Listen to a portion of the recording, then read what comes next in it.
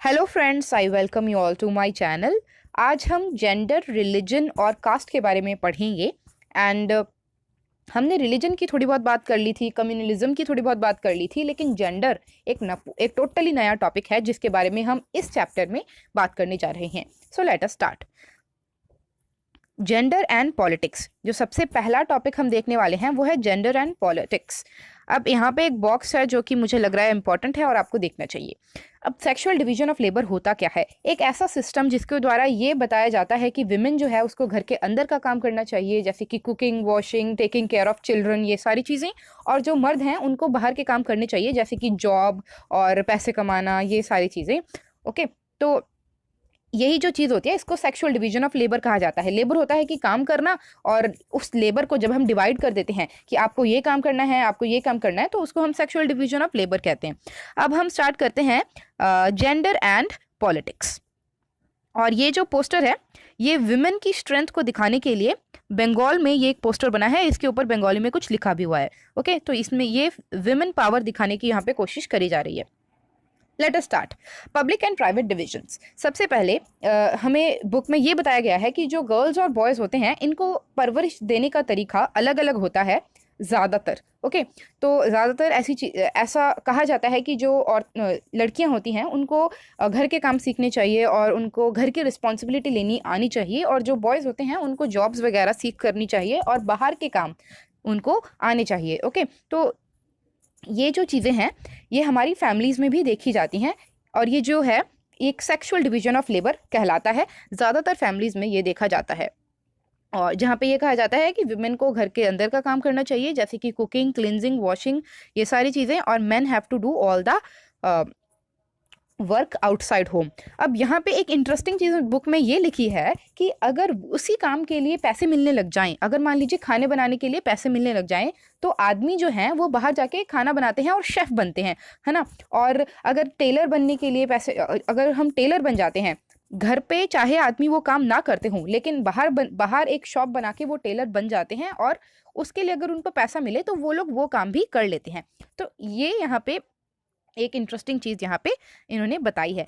लेकिन इन्होंने अब ये बताया है कि विमेन अगर जब वही औरत वो काम करती है, और तो उसके उस काम को रिकॉग्निशन नहीं मिलती है और उसकी वैल्यू भी नहीं पड़ती है। ओके, उस क्योंकि उसके वो जो भी काम कर रही है उसके लिए उसे पैसे नहीं मिल रहे हैं, इसीलिए उसके काम को और उसके जितनी भी हार्ड वर्क है उसको रिकॉग्निशन नहीं मिलता है, उसको रिकॉग्नाइज ही नहीं किया जाता कि वो कुछ एक वैल्यूएबल काम कर रही है।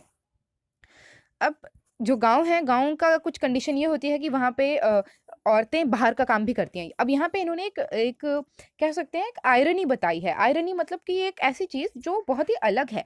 हालाँकि हमने सेक्सुअल डिवीज़न बना रखा है लेबर का, लेकिन फिर भी हम देख रहे हैं कि शहरों में लोग जो आदमी होते हैं वो शेफ़ बनते हैं, वो टेलर बनते हैं, वो लॉन्ड्री वाले भी बनते हैं, मतलब वो कपड़े भी धोते हैं, बर्तन भी धोते हैं, अगर उसके लिए उन्हें पैसा मिल जाए। लेकिन गाँव के इन्होंने कंडीशन क्या बता रही है? गाँव में कंडीशन ये है कि औरतें बाहर का काम भी करती हैं और अंदर का काम भी करती हैं। बाहर का काम जैसे कि वो पानी लेने जाती हैं, वो फ्यूल के लिए लकड़ी वगैरह इकट्ठा करती हैं और काम करती हैं खेतों में, तो ये अब बाहर का काम हो गया। तो ये कुछ आयरनी है सेक्सुअल डिवीज़न ऑफ लेबर को लेकर, जो कि हमें आए दिन समाज में दिखती रहती है। ओके, तो ये था हमारा जेंडर एंड पॉलिटिक्स, एंड इसी को लेकर, इस टॉपिक को ही लेकर हम आगे बढ़ते हैं।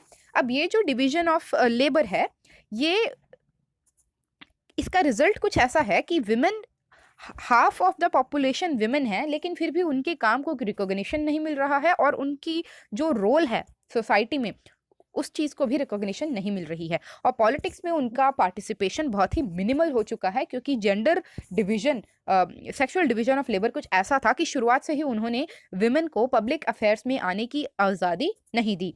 अर्लियर ये कहा जाता था कि सिर्फ मेन जो हैं वही अलाउड हैं पब्लिक अफेयर्स में पार्टिसिपेट करने के लिए, वोटिंग करने के लिए और कंटेस्ट करने के लिए फॉर पब्लिक ऑफिसेस। ग्रेजुअली ये चीज़ जो है, ये जेंडर का जो इशू है, ये रेज हुआ पॉलिटिक्स में। पॉलिटिक्स में वुमेन जो है इस चीज़ के खिलाफ आंदोलन करने लगी, धरने करने लगी और सामने आने लगी, अपनी आवाज़ उठाने लगी। तो ये बहुत सी अलग-अलग कंट्री में, दुनिया में एक ऐसा टाइम आया कि अलग-अलग कंट्री में वुमेन ऑर्गेनाइजेशंस जो हैं उन्होंने इस चीज़ के खिलाफ आवाज़ उठाई और उन्होंने बोला कि वुमेन का जो लीगल स्टेटस है और पॉलिटिकल स्टेटस है ये इंक्रीज होना चाहिए और उनको एजुकेशन का हक मिलना चाहिए। उनका जो करियर है वो अपॉर्चुनिटी उनको ज़्यादा मिलनी चाहिए। वो कोई भी काम कर सकें, इस चीज़ की उन्हें आज़ादी मिलनी चाहिए। चाहे वो कोई पब्लिक अफेयर्स का काम ही हो, कोई वो पब्लिक ऑफिस ही हो, उसके लिए भी उनको हक मिलना चाहिए कि वो कंटेस्ट कर सकें। वो इलेक्शंस में खड़ी हो सकें और वो वोटिंग भी कर सकें। ओके, तो पहले तो ये हालात होते थे कि वोटिंग का भी हक नहीं मिलता था। ओके, तो ये सारी चीज़ें जब आंदोलन होने लगे और इन सारी चीज़ों की मांग होने लगी तो एक मूवमेंट बना जिसको हम कहते हैं फेमिनिस्ट मूवमेंट। और उस फेमिनिस्ट मूवमेंट की शुरुआत कुछ ऐसी हुई थी कि सबसे पहले वोटिंग राइट्स मांगे गए थे वुमेन के लिए। फिर धीरे धीरे जो फैमिली है और जो पर्सनल लाइफ है वुमेन की, उसमें जो अत्याचार होते थे या फिर कह लीजिए जो मुश्किलात होते थे, उन मुश्किलों से छुटकारा पाने के लिए और ये जो स्ट्रगल भरी ज़िंदगी है, इसको कम करने के लिए फेमिनिस्ट मूवमेंट ने बोला कि रिफॉर्मेशन होना चाहिए, अब चेंज आना चाहिए फैमिली रूल्स में और पर्सनल लाइफ ऑफ वुमेन में। ओके, तो ये सारी चीज़ें इनकी मांग थी और इन्होंने इस चेंज को अ, अब सामने रखा कि ये सारी चीज़ें होनी चाहिए। अब हम आगे बढ़ते हैं, हम जो टॉपिक अब देखने वाले हैं, तो गाइस अब इन्होंने स्कैंडिनेवियन कंट्रीज का एग्जांपल दिया है। तो इन्होंने बताया कि फेमिनिस्ट मूवमेंट के बाद, बुक में ये चीज़ लिखी हुई है कि फेमिनिस्ट मूवमेंट के बाद कुछ ऐसे जॉब्स जिसमें माना जाता था कि औरतें तो आ ही नहीं सकती, जैसे कि मान लीजिए डॉक्टर है, साइंटिस्ट है और मैनेजर हैं, लॉयर हैं, यूनिवर्सिटी टीचर हैं, ये सारी चीज़ें माना जाता था कि औरतें कर नहीं सकती हैं। लेकिन अब जब फेमिनिस्ट मूवमेंट आ गया और उन्होंने बहुत सारी अपनी मांगें रखी, अपने आंदोलन शुरू किए, तो ये पता चल गया कि वुमेन भी, और फिर उसके बाद जब जॉब्स मिलने लगी तो वुमेन भी बढ़ चढ़कर पब्लिक लाइफ में हिस्सा लेने लगी। लेकिन कुछ कंट्री के लिए, जैसे कि स्कैंडिनेवियन कंट्रीज जो हैं, स्वीडन है, नॉर्वे है और फिनलैंड है, यहाँ पे वुमेन का पार्टिसिपेशन हमेशा से ही हाई रहा है। और लेकिन अगर हमारी कंट्री की बात करें, हमारी कंट्री में women still lag behind. Women का जो पार्टिसिपेशन है वो अभी भी काफ़ी कम है और इसको इम्प्रूव होने में अभी टाइम लगेगा। तो हमारी हमारी जो कंट्री है अभी भी ये पेट्रियार्कल सोसाइटी है, मतलब कि पितृसत्ता, यानी कि जो मेल मेंबर है उसकी डोमिनेंस पे ही हमारी फैमिली, हमारी जो सोसाइटी है ये चल रही है। और विमेन अभी भी डिसएडवांटेज फेस करती हैं, डिस्क्रिमिनेशन और ऑपरेशन को फेस करती हैं। तो गाइज यहाँ पे अभी इन्होंने लिटरेसी रेट बता रखा है जो कि आउटडेटेड हो चुका है। ये जो है लिटरेसी रेट ये 2001 का है, लेकिन 10 साल बाद वो सेंसस होते हैं, जनगणना होती है, जिसके हिसाब से ये सारी चीज़ें चेंज होती हैं। तो हम 2011 का देखेंगे कि क्या स्टेटस है। तो 2011 की अगर हम बात करें, विमेन का जो लिटरेसी रेट है वो 54 नहीं है, वो है हमारा 65। ओके, विमेन का लिटरेसी रेट 65 है। और अगर हम मेन की बात करें, मेन का जो है लिटरेसी रेट 82 हो चुका है। तो ये है हमारा विमेन और मेन में लिटरेसी रेट का डिफरेंस। ओके, तो ये मैंने आपको 2011 के डेटा के हिसाब से, सेंसस के हिसाब से आपको बता दिया है। और ओवरऑल अगर हम बात करें कि इंडिया का लिटरेसी रेट कितना है, वो है हमारा 74%।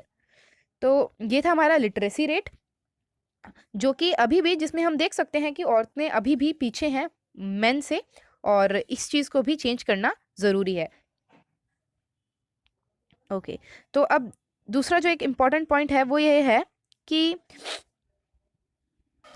आज भी वो औरतें जो कि बहुत ज़्यादा पैसा कमाती हैं, हाईली पेड जॉब्स और हाईली वैल्यूड जॉब्स में आ रही हैं, उनका नंबर अभी भी कम है। तो मतलब हम we have a long way to go. Okay, तो वुमेन को हाईली पेड और मोस्ट वैल्यूएबल जॉब्स मिलने में ज़्यादातर वुमेन्स को अभी भी बहुत टाइम है। अब ये जो इक्वल वेजेस की बात है, तो गाइस कुछ कुछ इंडस्ट्री हमारी कंट्री में आज भी ऐसी हैं जो कि इक्वल पेमेंट नहीं करती हैं मर्दों को और महिलाओं को। ओके, तो यहाँ पे ये होता है, जैसे कि स्पोर्ट्स और सिनेमा इसका बहुत ही बड़ा एग्जांपल है। अगर आप बॉलीवुड की बात करें तो आज भी अगर आप किसी फीमेल एक्टर की रेट देखते हो कि वो कितना उनको सैलरी मिल रही है एक एक फिल्म के लिए, और दूसरी दूसरी तरफ मेल एक्टर को कितनी सैलरी मिल रही है, तो आप उसमें डिफरेंस पाओगे जो कि बहुत ही कह सकते हैं अनरीजनेबल है और उसका कोई भी लॉजिक नहीं है। Equal wages main and women को मिलने चाहिए। इक्वल वेजेस जो है अगर हम गवर्नमेंट जॉब्स में देखेंगे या फिर अगर आप ज़्यादातर कुछ बिजनेसेस में देखोगे तो ज़्यादातर ये चीज़ें सेम हैं, लेकिन स्पोर्ट्स में और सिनेमा में और कुछ ऐसे वर्क होते हैं जहाँ पे लेबर की ज़रूरत पड़ती है, तो वहाँ पे आप देखोगे कि मर्दों को और औरतों को सेम पेमेंट नहीं मिल रहा है। ओके, लेकिन इसमें फिर भी हम कह सकते हैं कि बदलाव आए हैं। लेकिन स्पोर्ट्स और सिनेमा कुछ ऐसे सेक्टर रह चुके हैं जहाँ पे हमने बहुत ज़्यादा डिफरेंस देखे हैं। ओके, और लेबर जो है, लेबर की जहाँ पे बात आ जाती है, वहाँ पे भी औरतों को कम पेमेंट करी जाती है। सेम वर्क होता है लेकिन फिर भी कम पेमेंट होती है, जो कि बहुत ही बुरी कंडीशन है। अब दूसरी चीज़ जो हम देखने वाले हैं वो ये है कि in many parts of India parents जो हैं वो प्रेफर करते हैं कि उनका जो बच्चा है वो बेटा हो, ना कि बेटी। ओके, तो और वो लोग, एक टाइम हमारे कंट्री में ऐसा आया था, अभी तो वो चीज़ थोड़ी कम हुई है। हम यहाँ पे 2018 की अगर बात करें तो ये चीज़ें थोड़ी सी कम हुई हैं। लेकिन सेक्स सेलेक्टिव अबॉर्शन जो है, मतलब कि अगर उन्हें पता चलता था कि उनके पेट में, यानी कि अगर कोई फीमेल है, अगर उनको पता चल जाए कि she is pregnant with a girl child, okay, तो वो क्या करते थे, अपने बच्चे को अबॉर्ट करा देती थी, क्योंकि उन्हें पता था कि ये जो बच्चा है ये एक गर्ल चाइल्ड है। और इसके कारण हमारा जो कंट्री है उसका सेक्स रेशियो काफ़ी कम हो गया। और फीमेल इन्फेंटिसाइड, फीमेल फीटिसाइड, ये सारी चीज़ें हमारी कंट्री में बहुत ज़्यादा प्रेवलेंट थी और अभी भी प्रेवलेंट हैं, लेकिन अब फिर भी कुछ ना कुछ चेंजेस आए हैं। इसी के कारण सेक्स रेशियो बहुत ही चेंज हो चुका है। और यहाँ पे जो सेक्स रेशियो गिवन नहीं है, मैं आपको 2011 का सेक्स रेशियो बता देती हूँ। ओवरऑल अगर हम इंडिया की बात करें तो हमारे यहाँ पे 943 फीमेल्स हैं फॉर 1000 मेल्स। तो ये है हमारा कंट्री का सेक्स रेशियो। ओके, ये 2011 के जो सेंसस है इंडिया का, उसके हिसाब से मैं आपको डेटा बता रही हूँ, जो कि नया डेटा है। अब इसके बाद 10 साल बाद फिर से जनगणना होगी, तो फिर हमारे पास एक दूसरा नया डेटा आएगा। तो गाइस, अब हम देखने वाले हैं विमेंस पॉलिटिकल रिप्रेजेंटेशन। तो इंडिया की अगर हम बात करें तो जो प्रपोर्शन ऑफ वुमेन है इन legislature has been low.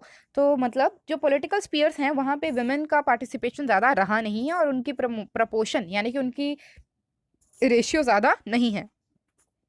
For example, जो परसेंटेज है elected women members in Lok Sabha has never reached even 10%।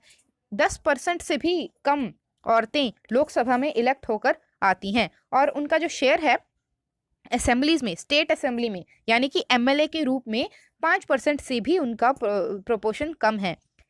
So in this respect India जो है ये बॉटम लेवल ऑफ कंट्रीज में आता है। ओके, तो इंडिया के हालात इसमें काफ़ी ज़्यादा बुरे हैं। लेकिन अगर हम इसकी बात करें, सो गाइज, इसमें हमने देखा कि कैसे 10% से भी लेस वुमेन आती हैं लोकसभा में और 5% से भी लेस वुमेन आती हैं स्टेट असेंबलीज में।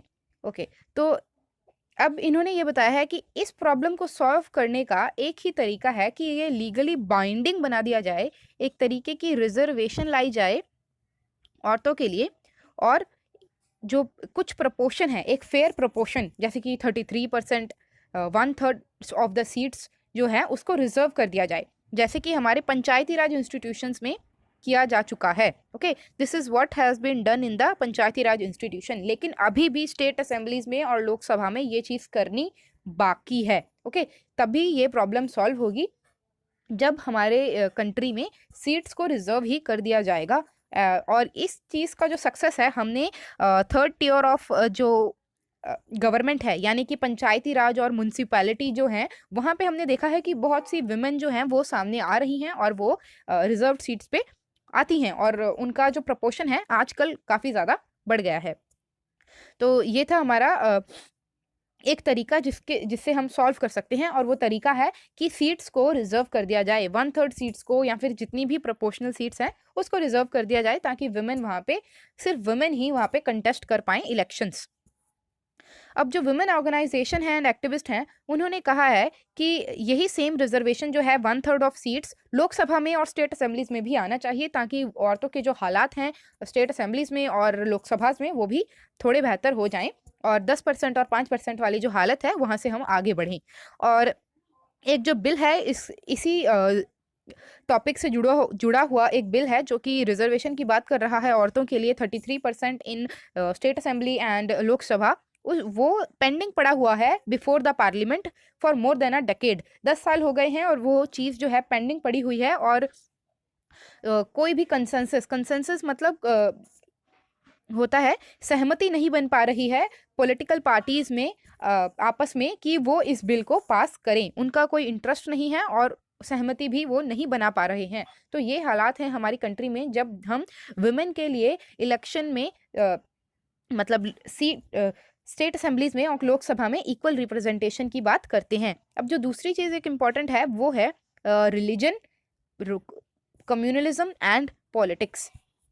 काफ़ी इंपॉर्टेंट टॉपिक है, हमारी कंट्री के जो आज के हालात हैं उससे भी काफ़ी ज़्यादा ये जुड़ा हुआ है।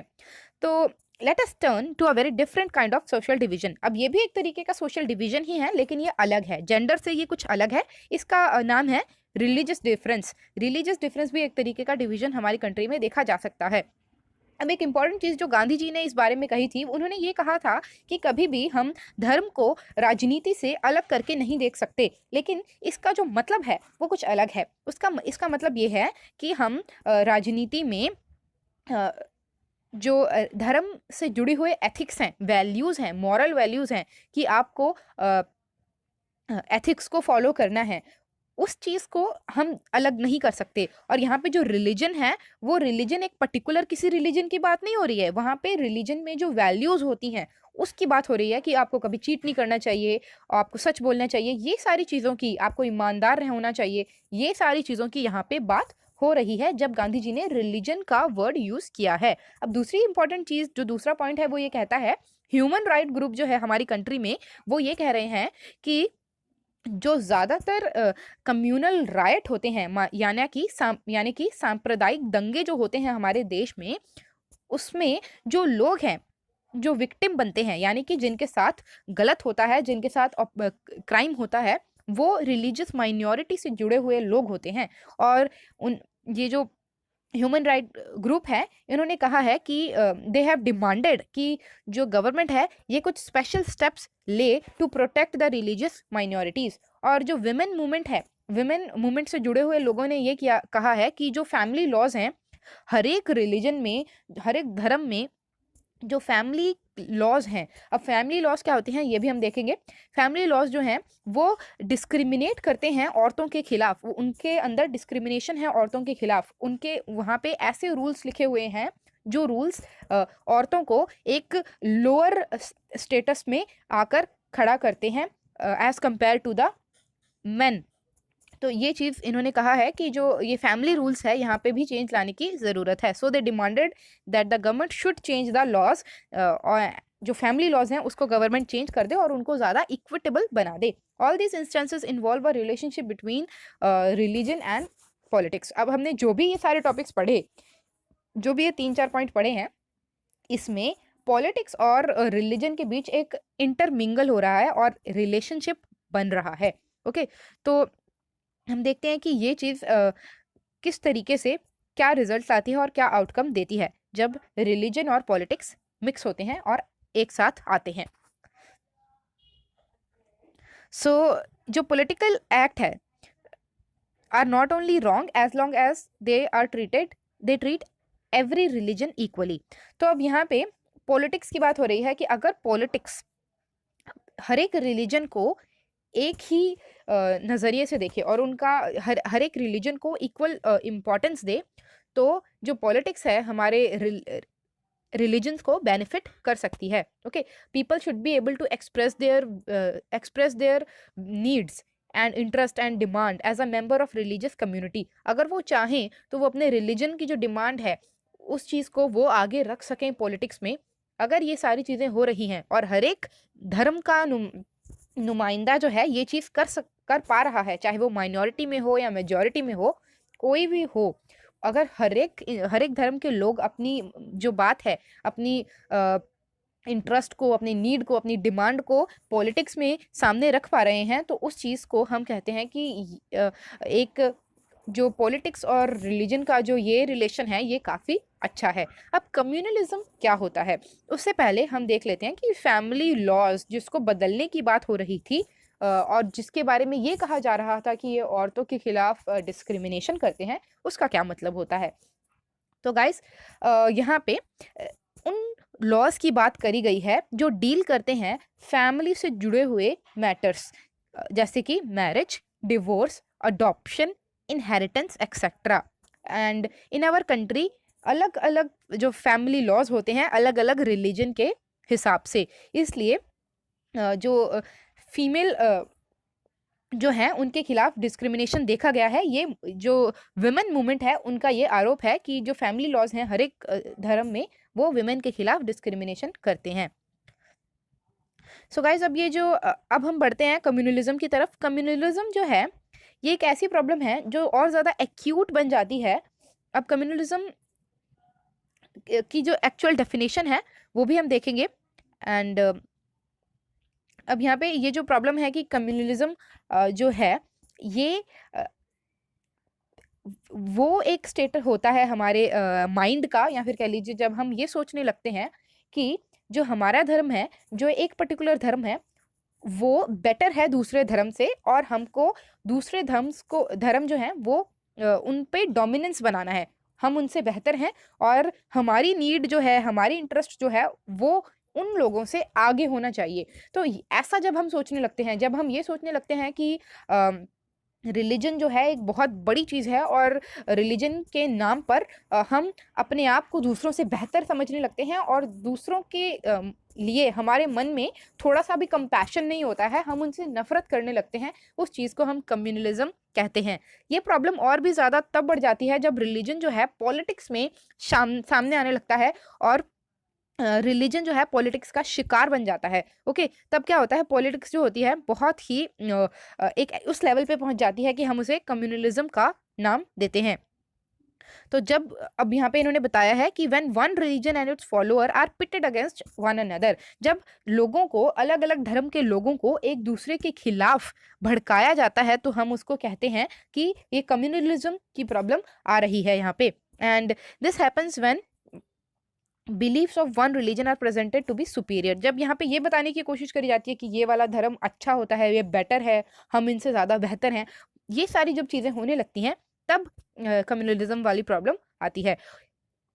और ये चीज़ें तब भी बहुत ज़्यादा बढ़ने लगती हैं जब स्टेट की जो पावर है उसको यूज़ किया जाता है किसी एक धर्म की डोमिनेशन को एस्टेब्लिश करने के लिए। ओके, अब जो कम्युनल पॉलिटिक्स है is based on the idea कि जो रिलीजन है वही सबसे बड़ा और प्रिंसिपल बेसिस है ऑफ सोशल कम्युनिटी।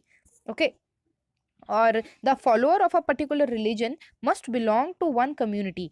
अब यहाँ पे ये कहा जा रहा है कि जो धर्म है वही एक सबसे बड़ा प्रिंसिपल बेसिस है सोशल कम्युनिटी का, मतलब सबसे बड़ा डिवीजन वही है। एंड जो फॉलोअर हैं एक पर्टिकुलर रिलीजन के must belong to one community and their fundamental rights interest are the same. यहाँ पे भी ये बात हो रही है कि एक धर्म के लोग एक ही कम्युनिटी में आएंगे और उनका जो इंटरेस्ट है, मतलब कि उनकी नीड्स और डिमांड्स और इंटरेस्ट जो है वो सेम होगा। कोई भी अगर उसमें डिफरेंस है तो वो ज़्यादा इंपॉर्टेंट है ही नहीं, वो इररेलेवेंट है, वो बहुत ट्रिवियल है। ओके, उसको नज़रअंदाज कर देना चाहिए अगर उसमें कोई भी डिफरेंस आ रहा है, क्योंकि सारा धर्म है उनका एक ही डिमांड है, उनका एक ही इंटरेस्ट है। और it follows that people who follow different religion can not belong to same community. अब यहाँ पे ये बात हो रही है कि अगर कोई दो लोग अलग अलग धर्म से जुड़े हुए हैं तो वो कभी भी एक कम्युनिटी में नहीं आ सकते। ऐसा हमें फील कराया जाता है जब हम कम्युनलिज्म की बात करते हैं। ओके, तब इससे क्या होता है कि ज़्यादा समाज में फूट पड़ती है और समाज में लोगों को भड़काना आसान हो जाता है। अब लेकिन यहाँ पे इन्होंने कम्युनलिज्म जो है, कम्युनलिज्म जब हम ये सोचने लगते हैं कि हमारा धर्म किसी दूसरे के धर्म से बेहतर है, उस चीज़ के खिलाफ एक इन्होंने काउंटर आर्ग्यूमेंट पेश किया है और इन्होंने ये कहा है कि ये सोचना अपने आप में ही एक फ्लॉ है, मतलब कि गलत है, फंडामेंटली ही ये चीज़ गलत है। अब इन्होंने ये बताने की कोशिश की है कि कोई दो लोग अगर सेम रिलीजन में ही हैं, फिर भी उनके इंटरेस्ट सेम नहीं होते, क्योंकि अगर हम देखें, हम लोग एक ही फैमिली में रहते हैं, फिर भी हमारी चॉइसेस कितनी अलग अलग होती हैं, हमारी डिमांड कितनी अलग अलग होती है, हमारी ज़रूरतें अलग अलग होती हैं। ओके, तो इन्होंने यहाँ पे ये बताने की कोशिश की है कि सिर्फ इसलिए कि कोई दो लोग हैं अ, एक ही रिलीजन को फॉलो कर रहे हैं, तो ज़रूरी नहीं है कि उनके इंटरेस्ट और एस्पिरेशन सेम हो अपनी ज़िंदगी में। सबके अपने-अपने तरीके होते हैं। एक तो पहली चीज़ ये इन्होंने बताई है, दूसरा इन्होंने ये बताया है कि everyone has several other roles and positions and identity. आप एक ही रिलीजन में हो सकते हो, लेकिन आपके और भी रोल्स होते हैं, आपकी और भी आइडेंटिटीज़ होती हैं। जैसे कि आप रिच हो, पुअर हो, मिडल क्लासेस में हो, या फिर कौन-सी क्लास में बिलॉन्ग करते हो, या फिर आप एक टीचर हो, या फिर आप एक लॉयर हो, बिज़नेसमैन हो, ये भी तो अलग-अलग कम्युनिटीज़ होती हैं। इस चीज़ों को भी हमें ध्यान रखने की ज़रूरत है।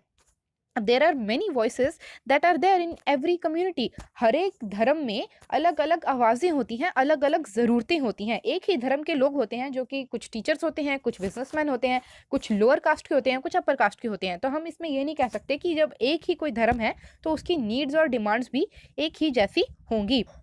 देर आर फिर ऑल दीज वॉइसेस जो है have the right to be heard. अब ये जो अलग अलग आवाज़ें हैं एक ही धर्म से जो निकल रही हैं, उनकी आवाज़, उनके अधिकार भी अ, हमें सुनने चाहिए, और उस चीज़ पे भी हमारा ध्यान होना चाहिए। Therefore any attempt to bring all the follower of one religion together in context other than religion is bound to suppress many voices. तो यहाँ पे इन्होंने ये बात कहने की कोशिश की है कि हम अगर धर्म के नाम पर एक बहुत बड़े ग्रुप को, बहुत से लोगों को एक साथ लाने की कोशिश करें, और हम ये सोचें कि हमारा नीड, हमारी डिमांड, हमारी इंटरेस्ट एक ही हैं, तो वो एक गलत बात होगी, और उसमें बहुत से ऐसे लोग होंगे जिनकी आवाज़ को हम सप्रेस करने की कोशिश कर रहे हैं। अब कम्युनलिज्म के अलग-अलग फॉर्म्स होते हैं, वो फॉर्म्स कौन से होते हैं हम देखते हैं। तो इसमें रिलीजियस प्रेजुडिसेस होते हैं। फर्स्ट कॉमन जो तरीका है कम्युनलिज्म के एक्सप्रेस होने का डे टू डे बेसिस में, वो है कि हम दूसरे रिलीजन को उनके लिए अपने मन में प्रेजुडिस रखते हैं। प्रेजुडिस मतलब कुछ ऐसा थॉट जो कि सही नहीं है, हमने खुद से ही अपने मन में बना रखा है उस चीज़ को, मतलब अवधारणा।